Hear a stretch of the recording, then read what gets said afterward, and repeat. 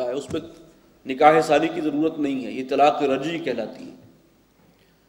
تو اگر ایک طلاق دینے کے بعد بیوی کو اپنے گھر ہی میں رکھو، ہو سکتا ہے کوئی مغالطے اور کچھ اگر غلط فہمیاں ہیں تو دور ہو جائیں اس دوران، اور پھر موافقت ہو جائے اور شوہر پھر رجوع کر لے، تو اس طریقے سے وہ سیپریشن کی نوبت نہیں آئے گی، کوئی رستہ اللہ تعالیٰ نکال سکتا ہے۔ فَإِذَا بَلَغْنَ أَجَلَهُنَّ، اور جب اپنی عدت کو پہنچیں وہ، طلاق کے بعد اب عدت پوری ہو رہی ہے، فَأَمْسِكُوهُنَّ بِمَعْرُوفٍ، تو دو راستے ہیں، یا تو بھلے طریقے پر ان کو روک لو، اپنے نکاح میں رکھو یعنی رجوع کر لو، او فارقوهن بمعروف، اور یا پھر ان کو چھوڑ دینا ہے، سیپریشن ہے وہ بھی بھلے طریقے پر ہونی چاہیے دستور کے مطابق۔ واشهدوا ذوی عدل منکم، اور اپنے میں سے دو معتبر افراد کو گواہ بنا لیا کرو۔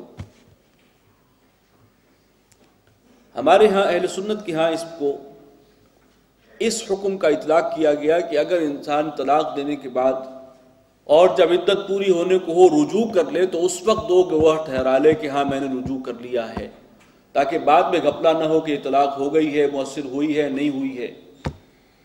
اس کے لیے یہ ہے کہ دو گواہ ٹھہرانے چاہیے، جبکہ غالباً فقہ جعفریہ میں جہاں تک میری معلومات ہے ان کا یہ کہنا ہے کہ یہ دو گواہ ٹھہرانے اس وقت جب طلاق دی جائے،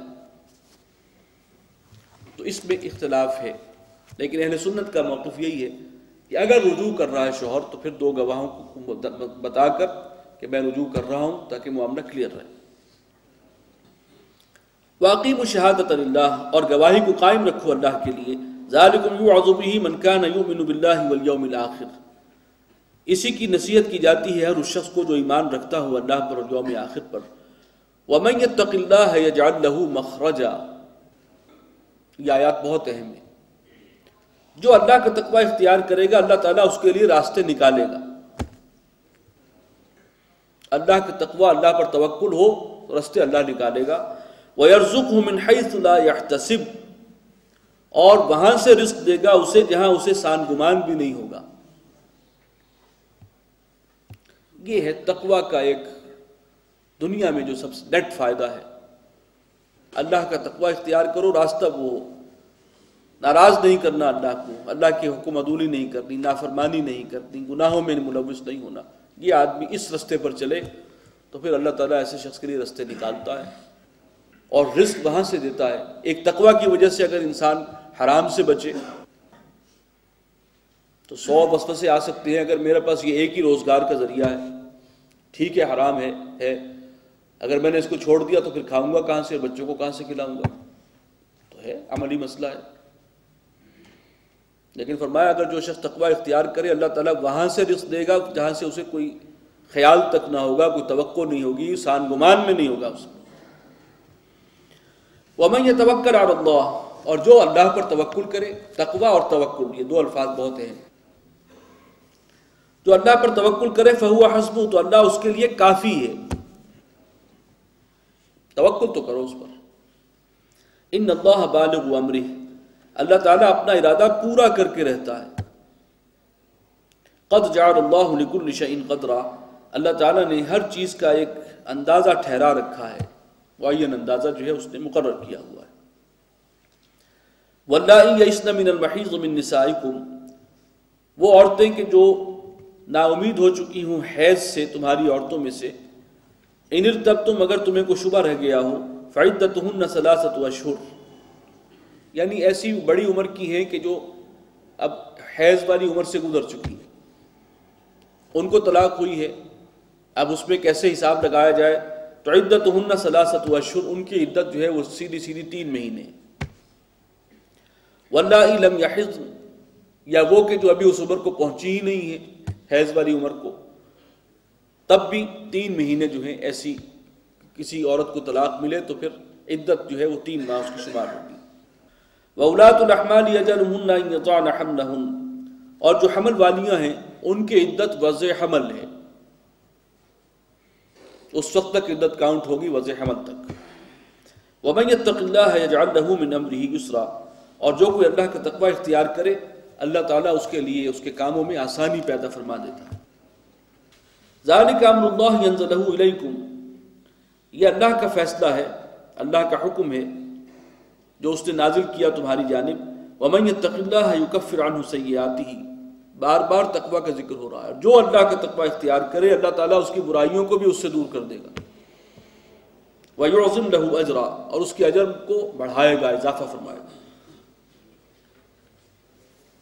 أَسْكِنُوهُنَّ مِنْ حَيْثُ سَكَنْتُم مِّن وُجْدِكُمْ، تم عدت کے دوران اپنی بیویوں کو جن کو تم نے طلاق دی ہے ان کو رکھو گھروں میں، جس طرح کہ تم خود رہتے ہو اپنی بساط کے مطابق انہیں بھی سکنا فراہم کرو. جیسی خود رہائش ہے ویسی عدت کے دوران جن کو تم نے طلاق دی ہے ان کو رکھو اسی حیثیت کے مطابق. وَلَا تُضَارُّوهُنَّ لِتُضَيِّقُوا عَلَيْهِنَّ، اور انہیں ضرر نہ پہنچاؤ ان کو تکلیف دینے کے لیے، تنگ کرنے کے لیے، یعنی ان کے جو ہے وہ قافیہ حیات ان پر تنگ کر دیا جائے کہ وہ خود نکل بھاگیں. اس طریقے سے ستانا یہ مناسب نہیں ہے. وَإِن كُنَّ أُولَاتِ حَمْلٍ فَأَنفِقُوا عَلَيْهِنَّ، اور اگر وہ حمل والیاں ہیں تو پھر ان پر خرچ بھی کرو. حَتَّى يَضَعْنَ حَمْلَهُنَّ، یہاں تک کہ وہ وضع حمل ہو جائے، بچہ جننے تک. نان نفقہ شوہر کے ذمے ہے. طلاق دے دی ہے اس نے، لیکن اب یہ ہے کہ رہائش بھی فراہم کرنا، سکنا اور نان نفقہ بھی دینا یہ شوہر کے ذمے ہے جب تک کہ وہ بچہ وضع حمل نہیں ہو جاتا. فَإِنْ أَرْضَعْنَ لَكُمْ فَآتُوهُنَّ أُجُورَهُنَّ، اور اگر پھر وہ عورتیں تمہاری بیویاں جن کو طلاق دے چکے ہو اب وہ بچے کو دودھ بھی پلانا چاہیں، ان سے تم دودھ پلوانا چاہو تو پھر ان کو ان کا معاوضہ بھی دو. وَأَتَمِرُوا بَيْنَكُمْ بِمَعْرُوفٍ، اور باہم مناسب طور پر مشورہ کر کے طے کر لیا کرو اجرت کا معاملہ، کیا معاوضہ دینا ہے، بھلے طریقے پر معروف کے مطابق. وَإِن تَعَاثَرْتُمْ فَسَتُرْضِعُ لَهُ أُخْرَىٰ، اور اگر تم باہم ضد کرو، ایک دوسرے کے ساتھ ضد کرو گے تو اس کی خاطر جو ہے کوئی اور عورت جو ہے دودھ پلائے گی. بچے کو دودھ تو پلانا ہی ہے، بیوی سے نہیں پلواؤ گے کسی اور سے پلوانا پڑے گا. بہتر یہ ہے کہ بیوی سے ہی پلواؤ، اسی کو اجرت دے دو، اور نہ عورت ضد کرے کہ میں نہیں پلاؤں گی، یہ تو طلاق دے بیٹھا ہے، اب اس کا بچے کو میں دودھ کیوں پلاؤں. تو وہ ضد کرے گی تو کوئی اس میں ظاہر بات ہے کہ وہ کسی اور سے پلوا لے گا، تو اس کا اپنا بچہ جو ہے وہ کسی اور کے پاس دودھ پی رہا ہے تو اس کے لیے بہتر نہیں ہے. بہتر یہی ہے کہ دونوں ضد نہ کریں، وہی عورت دودھ پلائے اور اس کی اجرت جو ہے وہ دی جائے، شوہر اس کو کوئی نہ کوئی معاوضہ بھی دے. لِيُنْفِقْ ذُو سَعَةٍ مِّن سَعَتِهِ، جو شخص وسعت والا ہے جس کو اللہ نے زیادہ مال دیا وہ اپنے اس حیثیت کے مطابق خرچ کرے، یعنی اس کی اجرت پھر اسی حساب سے ہو. وَمَنْ قُدِرَ عَلَيْهِ رِزْقُهُ، اور جس کو رزق دیا گیا ناپ تول کر، فَلْيُنْفِقْ مِمَّا آتَاهُ اللَّهُ، تو وہ خرچ کرے اس میں سے جیسے کہ اللہ نے اسے عطا کیا، اسی کی مناسبت سے اپنی حیثیت کے مطابق وہ بھی ضرور کچھ نہ کچھ دے. لا يكلف الله نفسا الا ما آتاها، اللہ تعالیٰ مکلف نہیں ٹھہراتا کسی نفس کو، ذمہ دار نہیں ٹھہراتا مگر اسی کے مطابق جو اس کو دیتا ہے.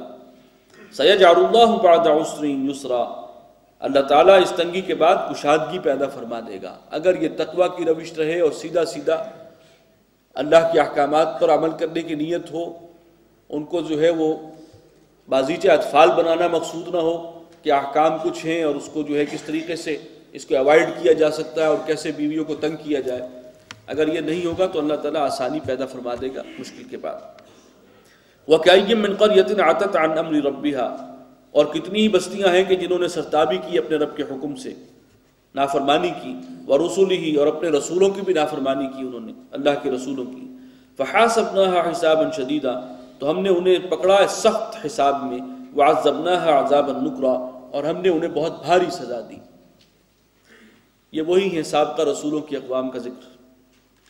فَذَاقَتْ وَبَالَ أَمْرِهَا، تو ان قوموں نے اپنے اس کیے کا مزہ چکھا، جو ان کے عمل تھے، جو کرتوت تھے، ان کی سزا انہیں مل کر رہی، وہ تو دنیا میں ملی. وَكَانَ عَاقِبَةُ أَمْرِهَا خُسْرًا، اور انجام کار ان کے لیے خسارہ ہی ہے، ان کو خسارہ ہی ملا. اعد اللہ لہم عذابا شدیدا، اللہ نے ان کے لیے بہت سخت عذاب تیار کر رکھا ہے. فاتقوا اللہ یا اولی الالباب الذین آمنوا، بس اللہ کا تقوی اختیار کرو اے عقل والو، اے عقل مندو، وہ لوگوں جن کو یقین ہے، جو ایمان رکھتے ہیں اللہ پر. قد انزل اللہ الیکم ذکرا، اللہ نے نازل فرما دیا ہے تمہاری طرف یہ ذکر، یہ نصیحت، یہ قرآن. رسولا یتلو علیکم آیات اللہ، یہ ذکر جو اللہ کی طرف سے نازل ہوا یہ اصل میں مجموعہ ہے رسول اور کتاب کا. رسولا